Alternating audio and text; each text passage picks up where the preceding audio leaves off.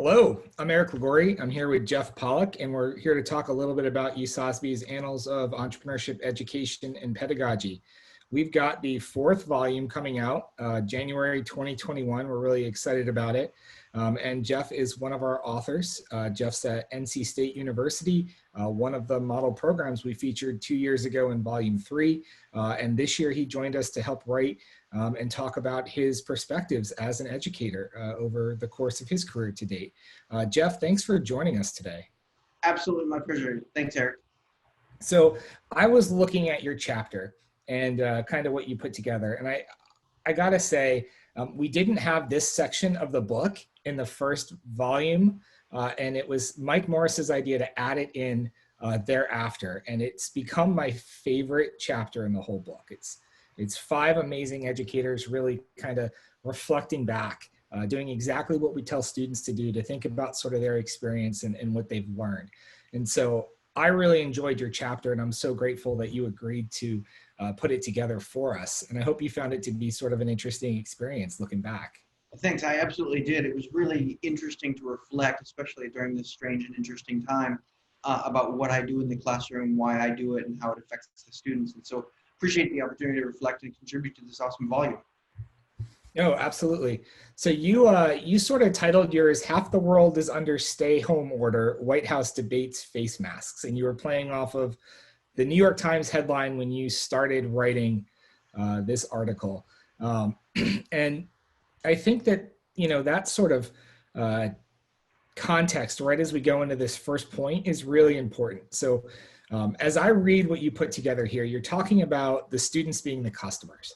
And the way I'm interpreting that, and correct me if I'm wrong, is we really need to do a better job in entrepreneurship education of thinking about the user experience and thinking about students in maybe a way that's a little bit more non-traditional. Is that a fair characterization? Very fair, for sure. So I started teaching last week. It's now the middle of August, and I started teaching last week both at the doctoral level and the undergraduate level. And I started off my classes, these are asynchronous online classes. I started off both classes by saying to the students, what do you need? This is a strange time. I mean, last week classes were happening. As of today, as of last night at NC State, classes are no longer happening at the undergraduate level. And so I just start off each sort of asynchronous session when I contact them and say, what do you need? What is it that I can do to be useful for you right now, given the complexities of you're in the residence halls, you're not in the residence halls, you signed a lease, but you're not going to be in school, your job was happening, your internship was happening, but now neither of those are happening. What can I do to be useful? So I really try to focus on where they are and where they are trying to go eventually.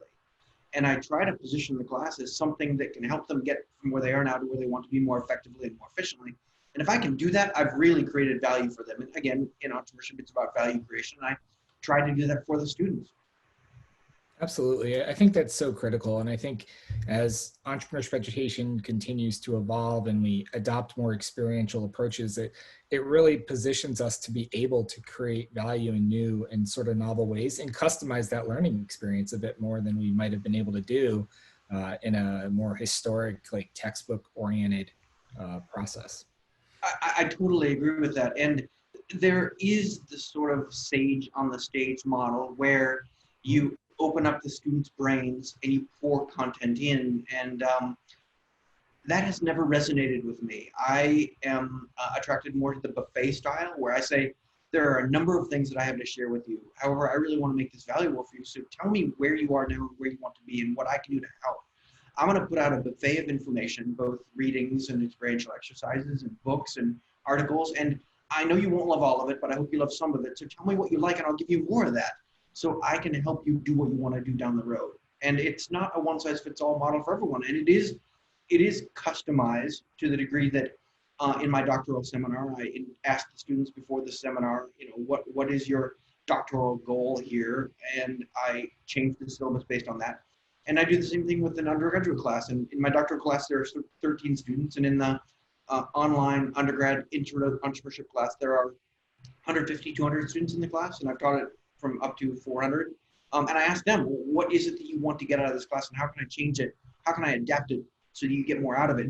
And I'd say not everyone, but a handful of people do email me, and I do change the syllabus based on that, so that they get the most out of the class. And I like that model. I wouldn't want to take a class that did not include something that interests me. And to the degree that a professor or an instructor said, hey, what can I do so that you enjoy this more?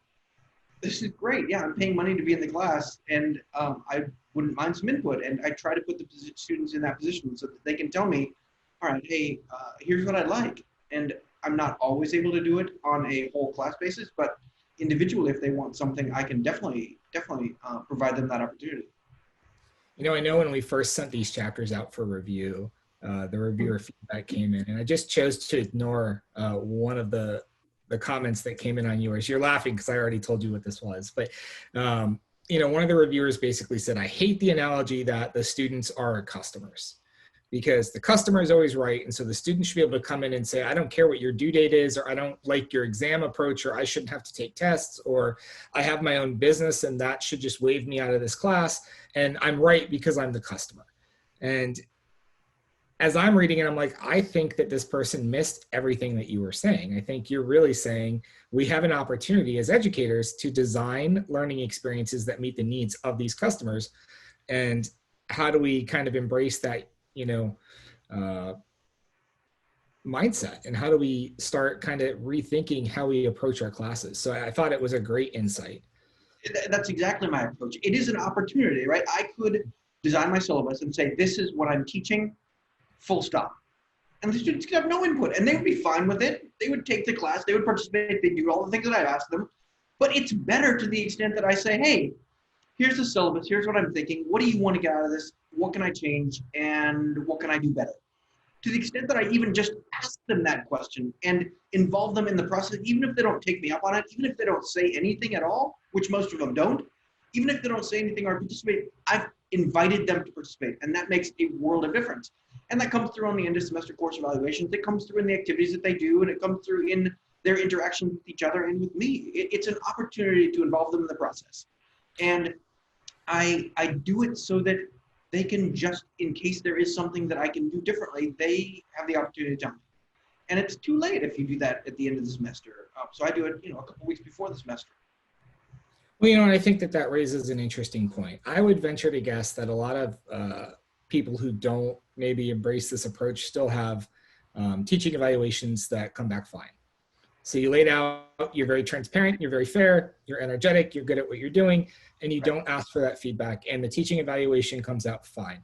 You're saying that you notice the difference in yours, and it's making me think of an analogy I heard before about Mark Zuckerberg, and he was saying, I could hire any number of really good people, but the difference between really good and the best is huge.